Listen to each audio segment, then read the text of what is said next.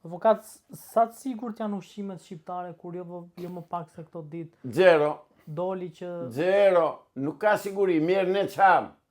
S'kontrollon njeri. Do me thënë, pritë njërë sa ushqite një 15 ton mish i prishur, i helmuar, dhe pastaj u kujtuan që të sekuestrojë dhe të ndalojnë 11 ton të tjera. Pra ai importuesi e ka marrë pjesën e tij. Se çfarë ndodh? Unë kam biseduar me punonjës të veterinarisë dhe të ushqimit. Këta që importojnë mishin nga Brazili, qoftë fileto pule, qoftë mishin e vicit apo të derrit çfarë sillin, i sillin me kontejner që janë me ftofje, frigorifer që bien në vapor. Për të mos harxuar naftë, që të punojnë frigoriferit gjatë gjithë 2 muajve që është rruga nga Brazili në Durrës, ata i shkrinë, i ngrinë, i fikin dhe i ndezën motorët her pas here me qëllim që të mos prishet fare. Dhe këtu mishi vjen i shpërbër. Dhe nuk kërkon njeri llogari fare absolutisht. Që duhet bërë një gjë tjetër, po të duan të kontrollojnë importin e mishit, të vënë kamera në anije, të jenë kamera satelitore, që të shikojnë nëpërmjet satelitit gjatë gjithë udhës nga Brazili këtu. Fiken apo s'fiken motorët e frigoriferëve. Janë apo s'janë në gjendje akulli produktet e mishit të pulës dhe të gjedhit atje. Nuk i bën njeri zotër, jemi të tratuar, mor Shqip, por e do në Shqip ju, na vrete dinama me gjithë klikën e ti, pik. Avokat, përveç mishit, po e zëm në për, po themi, gjërat të tjera që në shportën e përditshme, për bukën. Tjetër histori e dhimbshme, ne bukën e ham nga Serbia. Ne ham miell serb. Dhe toka tona rrin djerë. Kush e ka fajin për këtë? Qeveria, kush tjetër? O zotëri, këtu, a ke qeveri ti? A duhet punohet toka? Pa tjetër që duhet punohet, po kush ta punoj? Se këta tokën e duan të punohet, po djemtë burrat tikin, atëherë kush do ta punoj? Asnjë subvencion. Na doli ajo Kripsa që kishte ajo me Akademinë e Çobanëve ajo, mori 130 milion euro ajo gjasme do bënte Mëmat Korba dhe as sushpu as në një gjëm, s'merret njeri fare me të. Këta vjen të tërë, mor vjen të tërë. Ora vjen që nga roja në derë të spitalit apo në që të them unë, këta rojet private. Të gjithë vjedhën, u bë vjedhja sistem.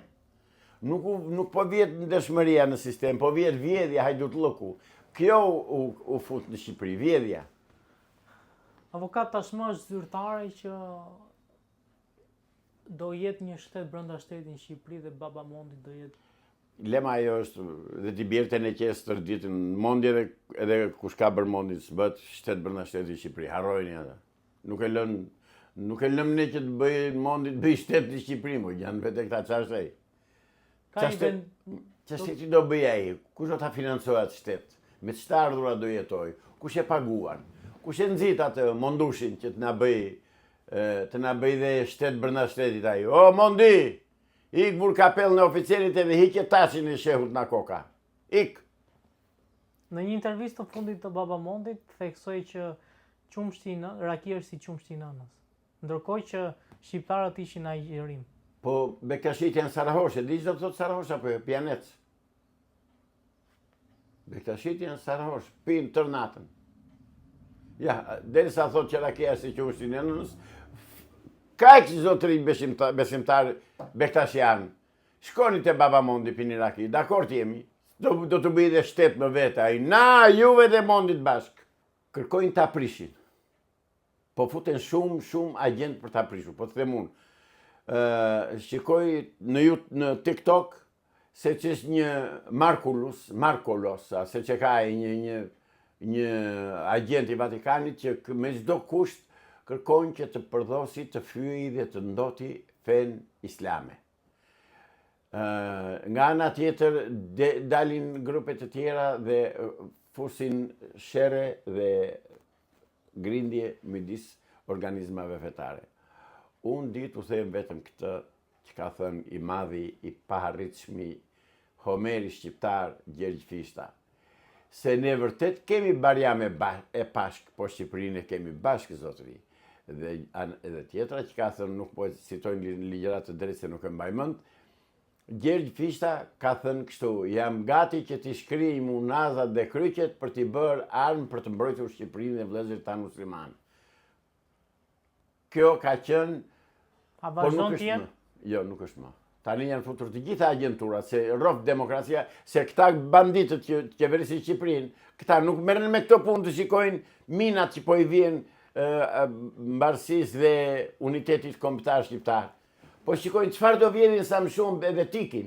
Nuk e din që këtu do t'i lënë, nuk do marrin dot asgjë, do vënë në burg të tërë. Për këtë kam besim absolut se këta ishin aq pa fytyrë sa kemi thënë ikën në Amerikanë. Dhe fluturonte Edi Rama me atë Fatmir Xhafën që ikën Amerikanët. Ja që s'ikën Amerikanët. Se Amerikanët nuk mund të lëpinë atë që kanë pështyr. Ndërsa ky e pështyr dhe lëpin ditë për ditë Edi Rama, se s'ka moral, s'ka fytyrë ai, nuk është. Pati një incident në faljen e Bajramit ku ishte lajmëruar që një orar që do fale, por filloi 15 minuta më përpara. A është dhe kjo në këtë kuadrin e njerëzve për të prishur organizmat fetar? Saktësisht në atë kuadër është e qëllimshme. Dhe komiteti musliman shqiptar, KMSH nuk është komitet musliman shqiptar, është komiteti musliman i Dibrës, atë janë të tërë Dibran, të tërë hoxhallarët. I shikojni, janë të gjithë Dibran. Nuk ka një nga jugu.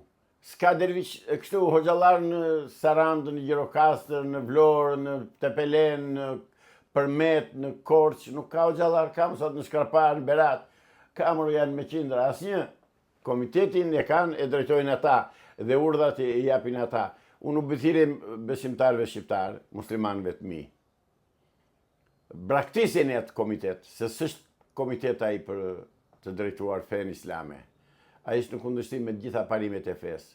Ndryshimi i orarit 15 minuta është katastrofë, sepse i përplas njerëzit me njëri tjetrin. Ca vjen 15 minuta përpara, ca vjen në orar, ca vjen më mbrapa, vetëm për të shkatëruar. Turp të keni ju të Komitetit Musliman Shqiptar, po va them unë, shikomni në sy, të keni turp për këtë që keni bërë sot. Ajo është strategji kombëtare, do përgjigjeni dhe për ata, mos u mërzisni. A jemi ende në kohë për t'i rregulluar këto gabime lidhur me Patjetër, besimet fetare? gjithmonë jemi në kohë për t'i rregulluar. Mjafton dëshira dhe vendosmëria dhe përkushtimi për t'i riparuar këto gjëra dhe për të vënë Shqipërinë në rrugë të mbarë. Ne kemi qenë model për bashkëjetesën fetare, tani po na dalin ca markulose dhe ca bandit që vene dhe arrin deri aty ai markulosit do ta përmend atë. Vetë edhe shtërmon ato ta shikojtur atë hadithe dhe thotë këto janë të Kuranit, këto janë të atit, janë këti. E kupton se di ku kanë arritur? Kanë arritur që të godasin atje ku nuk goditet. Avokat, apo tentohet destabilizimi i Shqipërisë përmes fesë nga vendet fqinje? Me njerë bëhet. Me njerë, po duan ta destabilizojnë me njerë, duke përdorur besimet fetare, e destabilizojnë me njerë. Po është qëndresa dhe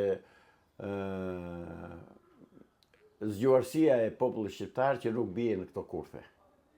Se po tjerë pra ta do të kishin bërë gropën me kohë Shqipërisë.